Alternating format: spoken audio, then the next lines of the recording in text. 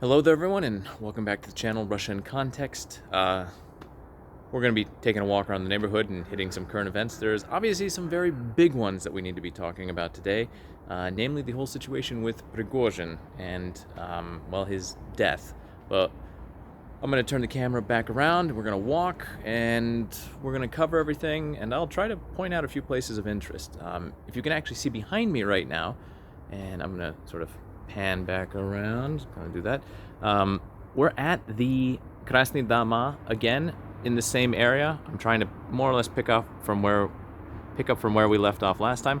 You can see the same designs as before.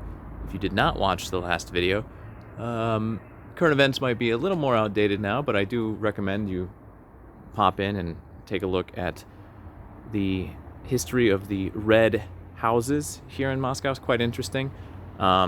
This building was obviously part of the greater complex, but was later largely abandoned. There used to be a restaurant here, as you can see, but it is empty. So anyway, we're going to walk, and we're going to talk. So let's just get going here. Little skywalk here, too, which is unusual. You don't see this. This looks like it was sort of constructed as an afterthought based on the style of construction, right?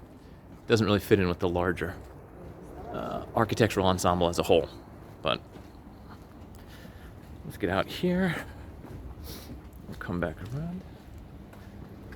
So I do want to highlight the back side of the building. So even though the front side of the building, or I suppose where we started, definitely had the same decorative elements that the red houses had, the backside here clearly does not. It's a lot more simple, and yeah, I'm not really sure why that is. I'll be totally honest. It's possible that the decorative elements on the other side were added as an afterthought, because the buildings back there, the tall ones that you can see, they're actually not part of the Krasny Dama. They're an entirely different building set altogether. But yeah, definitely not the most attractive building from the back. Still, we'll go down this way a little bit more, and let's talk about Prigozhin and what that means. Well, obviously he's dead, although clearly there are conspiracy theories here going about that he faked his death and that he's actually hiding in Africa. But realistically, even if that's true, it doesn't matter. It doesn't change the fact that for all intents and purposes, he would still be dead. So we're just going to go on basing it kind of on the fact that he is no longer among the living. Kind of another little skywalk here. So, but yeah, we're actually going to cross the street here too. Actually, no, we'll stay on this side. We'll get a better view this way. So, he's dead. Prigozhin's dead. Now what? What does it mean? Well, there are a few variants of what could have happened. Nobody's entirely sure yet. Obviously, as the investigation continues and more information is made public, the story will change. But currently there are three competing scenarios for what caused the plane to, well, break apart in the sky. Let's see what that would be. On Wednesday evening, when the story first broke, one of the first variants was that it had been struck by an anti-aircraft rocket, anti-aircraft missile. Now, that theory has currently lost a lot of its support. In fact, a lot of the foreign state departments have said they don't think it was an anti-aircraft missile. Although there are a number of people here who still believe that theory. So let's talk about why those people still believe that theory. The reason that some people still believe that his plane was taken down by a missile is because he was flying near Valdai when that happened. And Valdai is one of Putin's residencies. And prior to the plane being shot down, the transponder was turned off, which means that the electronic identification was no longer visible, meaning that it is entirely possible the anti-aircraft systems did not realize it was, so I guess, a quote-unquote friendly jet, and because it was flying close to one of Putin's residencies, it was shot out of the sky for those reasons. That's one theory. Obviously, there are other people who are theorizing that it was all revenge for making Putin look bad, but again, there's no way that that could ever be confirmed nor denied, so we're not even going to touch that theory. The next one is that there was a bomb in the plane. Now, this is the one that is becoming a little bit more popular. We're going to go this way here in a minute, but I want to go here into the park just for a moment while I hash over the rest of these theories. The bomb theory simply boils down to the fact that somebody placed an explosive in the plane, and then that it was able to be snuck aboard somehow. And we have a slumbering individual here on the bench, so I guess we'll not get too close up to him, although he looks like he's right passed out. So anyway, I guess we can continue on. Anyway, assuming it was a bomb, then that would not be great for a number of reasons. One, it would kind of make the dude's out. It would make security forces look really bad. And also, it's a little unbelievable for some people simply because the security protocols of Evgeniy Prigozhin were quite tight. He was not one to make mistakes. He would often fly to other airports unannounced. He was very, very cautious, and for good reason. Now, the story with his plane that he was flying on was that for about 10 days it had been under repairs, which means that theoretically it is possible that somebody knew his plane was under repairs and then they took advantage of that situation and were able to get the explosive on board and have it installed, and all of this done sort of under the nose of the Sheremetyevo airport crew, or the airport staff, which, So if we accept that possibility, then it doesn't really look good for Russian security services, mainly because that's them installing a bomb in the country's biggest airport and busiest airport, and that's just not a great look. And also, who could have put a bomb in there? Well, I mean, he had plenty of enemies, to be sure, but most of those enemies were either based here in Russia, among the political elite, or in Ukraine. Now, if one of those two parties were the ones responsible for placing the bomb, I'm going to switch back around to me. If one of those two parties was responsible for placing the bomb, that would not be a great look either, because either it means that Ukraine has the ability to send its own people in here with explosives to target high-level people connected or tangentially connected to the government, or it means that the government is actively targeting people that they just don't have any need for anymore. Either way, it's not good. It's not a good look for the Russian government right now, and it's not good because either the targeting was done specifically, at which point in time, why would anybody want to come to an agreement with the Russian government if they don't keep their promises and they can't be trusted to keep those subordinates in line to keep those promises as well? Or it looks really bad because they can't ensure basic safety of their own, like I said, relatively high up public figures from attacks by outside threats, to say it like that. So the whole situation, if you actually kind of take a look at it, and let's be real, the Telegram space has been analyzing this extensively, right? This is not like all my thinking. These are the main threads of discourse and dialogue that are going on online right now. So yeah, that's it.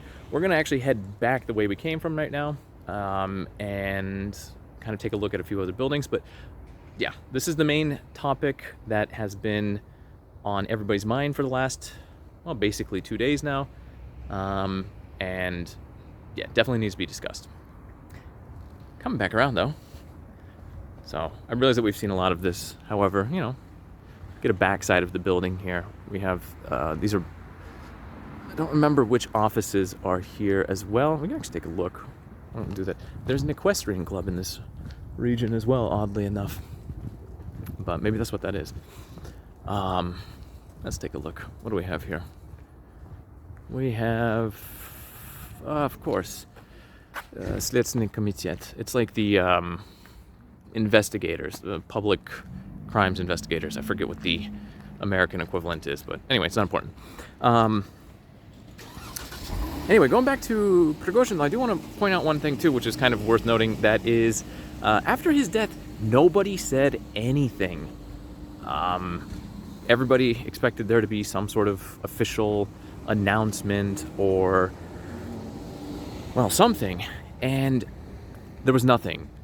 For basically 24 hours, nobody said anything until Putin yesterday evening, so Thursday evening, actually at least acknowledged the fact that a plane crashed, and then he had some words to share, and only then after that did all the rest of the politicians and talking heads put in their 2 cents. Now, this just goes back to this idea that there was no official narrative for Evgeniy Prigozhin, that everybody was waiting to see what good old Putin had to say about his buddy, and then only after that was made clear was everybody else brave enough, I suppose, to put in their own 2 cents. So yeah, obviously this goes back to this whole concept of freedom of speech or freedom of press. You can argue it whatever way you want, but when you have one of the highest profile individuals in the country who is killed in a very clearly not accidental airplane crash, and then everybody is just silent about it for 24 hours, it doesn't really paint the freedom of press and freedom of speech in a very good light for the country. But that's just my take on it. Maybe I'm just totally misinformed, and that's clearly everybody's was exercising their rights by just staying quiet. Anyway, flowers. Anywho, one of the other variants too, I realized, of stories going around, and this one's being pushed a little bit harder by the official channels, I suppose you would say, which would be improper handling of firearms. That on board the aircraft were a few grenades and some handguns, and that they had not been properly stored, and therefore they went off in the middle of the flight. That, I don't think anybody believes that variant, but it's definitely one that they have also attempted to push as a reasonable narrative of as well. But like I said, nobody really seems buying into that. Oh, right. Other things happened this week as well, too. I suppose we should talk about BRICS. BRICS was the big summit that, I guess, Brazil, Russia, India, China, and South Africa all took part in this week. Nothing much to say about them. I'm actually going to go over here, though, first. So we're going to take a look at one of the vestibules of Metro Station Universitet. Now, most of the people, when they come to Metro Station Universitet, they actually exit out of the vestibule on the other side of the street. It's kind of the main one. This one's actually, a lot of people don't even realize it's here. Well, I mean, they do if you use this metro station, but it's circular. It's kind of one of those fun old circular vestibules. We'll walk around it a little bit. But it's the main escalators and everything don't go down to it. And also, most of the foot traffic is on the other side. This main road up here is Prospekt Vernadskovo. It runs parallel to Leninskiy Prospekt, and you've got like a shopping center a little ways over there, massive housing complex, but most importantly over this way, and you'll see it when we come around, is the university. So the other exit is much much more frequently used. Right. Yeah, right. We can see the university right there. So yeah, students, people tend to exit out of the vestibule over there, but this vestibule does exist as well. I guess the other one's circular too, just doesn't feel as such. But yeah, not too much of interest right here, just an old, real basic vestibule, but still, it's quite large, I guess. And then we have this sort of bazaar out here in front of it. Although, I'll be real, there used to be a lot more in terms of shops in this middle area, which is just full of pigeons right now. You can actually see, I think, one of the remaining buildings over there that has not been torn down for some reason, surprisingly.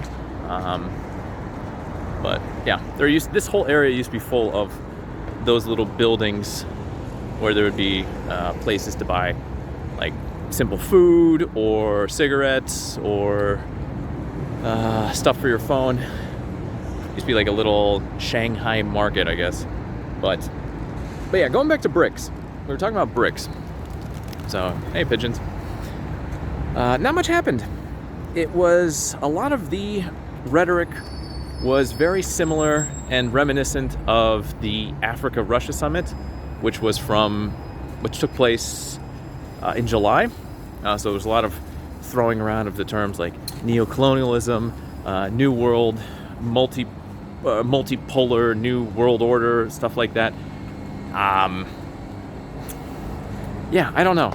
And then they invited a bunch of new people into BRICS. We have Saudi Arabia, Egypt, the United Arab Emirates, Ethiopia, Argentina, and I'm forgetting there's one other one. Let's see if I can recall. Iran. Oh, right, of course, Iran. Which definitely shakes things up a little bit for BRICS, but I don't really know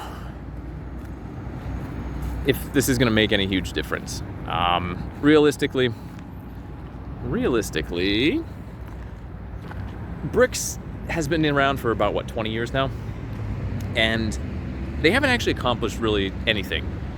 They talk a lot, they meet fairly regularly, but then nothing happens, right? And adding 6 new members to BRICS, especially when we look at who they are, Iran, United Arab Emirates, and Saudi Arabia, makes it a much more of a not a behemoth, but definitely heavier on the oil front. So that will shape their influence to some degree. But at the same time, these countries all have very different views and things that they want to accomplish. So it's hard to say how they're going to work together when the 5 core members really weren't able to work together to get much accomplished in the last 2 decades. But yeah, anyway, if you want like further insight into that, don't come to me. I'm just sort of sharing my opinion. Currently right now I'm standing in like this weird little no man's land, but that's because if you noticed as I was walking there, crossed some tram rails. And what's interesting is right now we're at Metro Universitet, which is by Moscow State University, which is it's not super far outside of the center of the city, but it's a decent ways out there. However, what's kind of fun is that the trams here, in fact, I'm going to turn back around, that one right there, number 39, if you watched the video from a few months ago about the tram parade, you can actually get on this tram right here and ride it all the way into the center of the city to Чистые пруды, which is kind of nice. Obviously, you can... Where's the metro? Metro's back there. You can take the metro and do the exact same thing, and it's much faster. But if you're not in a hurry, or if you want to get off somewhere along the line, the trams are always a nice way. I don't take them often enough, but it's nice to have that option. Public transit, right? What a wild concept. Yeah. So, anyway, we had this week. I'm actually gonna gonna come back this way. We'll get a little close-up of the tram, and then I'm gonna head to sort of the final location for this little video before it gets unwieldy in terms of length, and then we'll be done. But while I walk, yeah, there we go. Take a look. We didn't get to go inside one of these trams at the parade of trams because this is a rather new one. Not the newest model, but you can see lots of windows, lots of places to sit. So, yeah, definitely kind of got like the futuristic, sleek look as well. But kind of take a look as we walk past here. And what else has happened in the last week or so that I feel is worth mentioning? We're going to talk about Chechnya. And specifically, we need to talk about the son of Kadyrov. Again, for those of you who aren't in the know, Kadyrov is the president of the Republic of Chechnya. In Russia, there are sort of quasi-independent republics which are, in theory, allowed to create their own rules, and they have a degree of semi-autonomy. But most of the republics don't exercise that. In fact, a lot of them have taken steps to basically limit this autonomy that they are, again, supposedly allowed to exercise. But that's beside the point right now. The point is that Kadyrov has a long history of doing some weird stuff. And now we're going to talk about his son. So his son, Adam, who I believe is 15 or 16, he was in the news about a week ago. And obviously not for anything really great. What happened was, a few months ago, in Volgograd, there was I believe it was Volgograd, that region, a local young man, I believe he's like 18, burnt the Quran, right? And I realize that's a very provocative action, but theoretically there's nothing which prohibits it outright. Again, at least in theory here, but again, we're not going to get into the weeds. So he burnt the Quran, and he was arrested, and I suppose he was arrested for disrespecting religious texts. I don't remember. Anyway, law here in Russia, you know how it goes.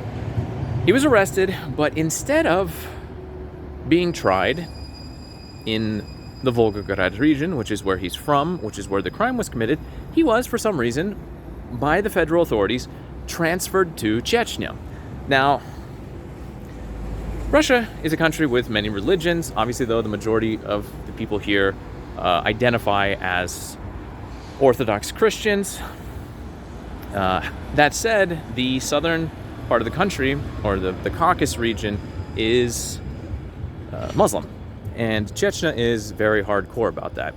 So when he was transferred for no obvious reason to Chechnya, people raised eyebrows, and they raised them pretty seriously, because if you were paying attention, you kind of knew where this was headed. Nowhere good for the guy.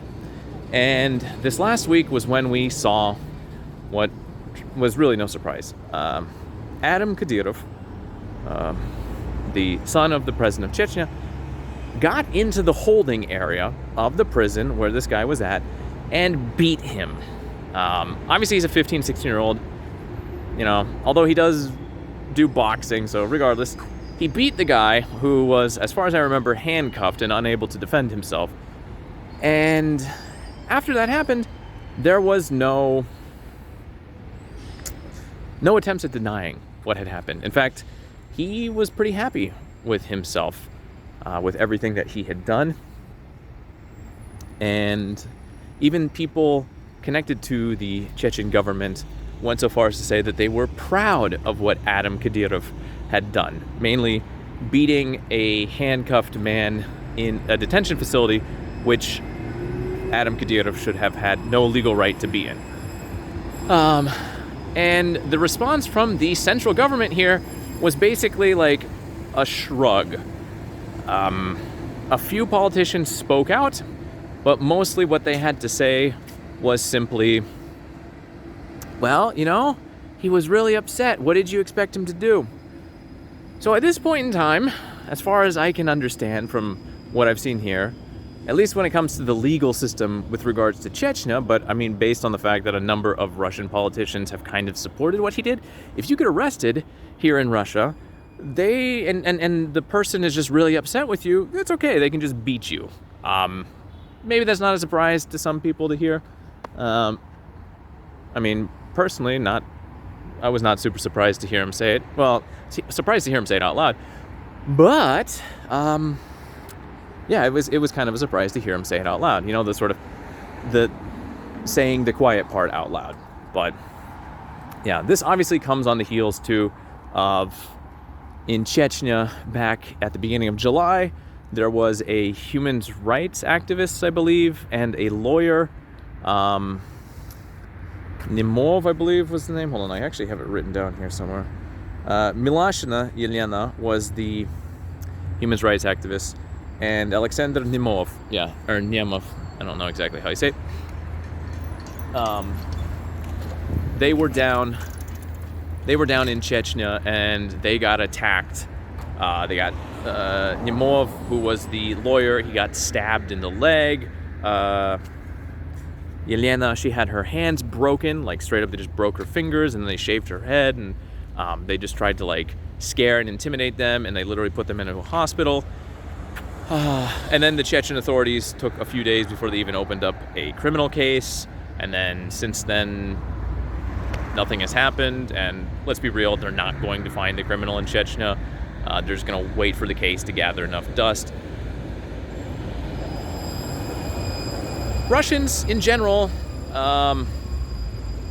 have a pretty good understanding of what the situation in Chechnya is, and Chechnya just basically does whatever it wants.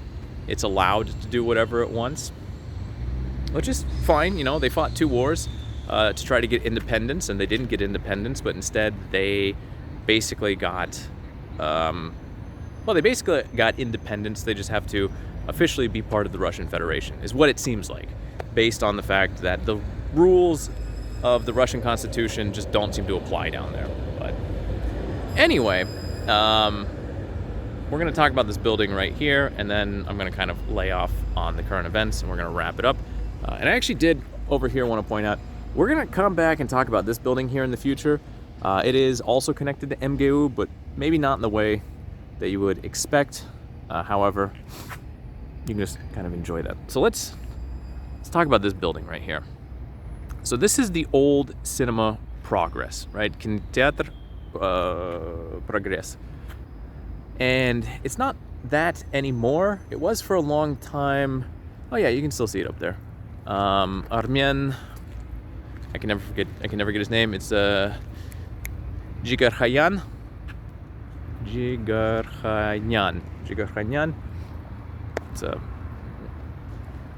It's a difficult name. Anyway, it's a theater now. It's a drama theater now. In fact, you can see up here, you can see some of the shows being advertised. But that's not really what makes it interesting, nor the fact that it was a former cinema. That's really neither, again, here nor there. What makes this building interesting is a few design elements here. And let's talk about the design elements. So I'm going to back up just a little bit so we can get it in full. And the first thing that kind of jumps out when we look at the building is the pattern here, right? This sort of diamond pattern. Now, it is made of only 2 types of bricks. And if you watched the last video where I was talking about Krasny Dama, the red houses that we just saw earlier in this video too, after Stalin died, Khrushchev went on this campaign of getting rid of architectural extravagance. And that got rid of any sort of decorative elements. So as you can see here, there are no decorative elements on the building, right? It's just brick and, well, it's really just brick. So in order to give the building a sense of identity, what they did, or what the architects had to do instead, was figure out a way to use very basic elements to create a little bit of a personality. So what they did here is just using white and red bricks, they constructed this pattern. And the reason that this pattern is worth noting too is it is supposed to be reminiscent of the Doge's palace in Venice, right?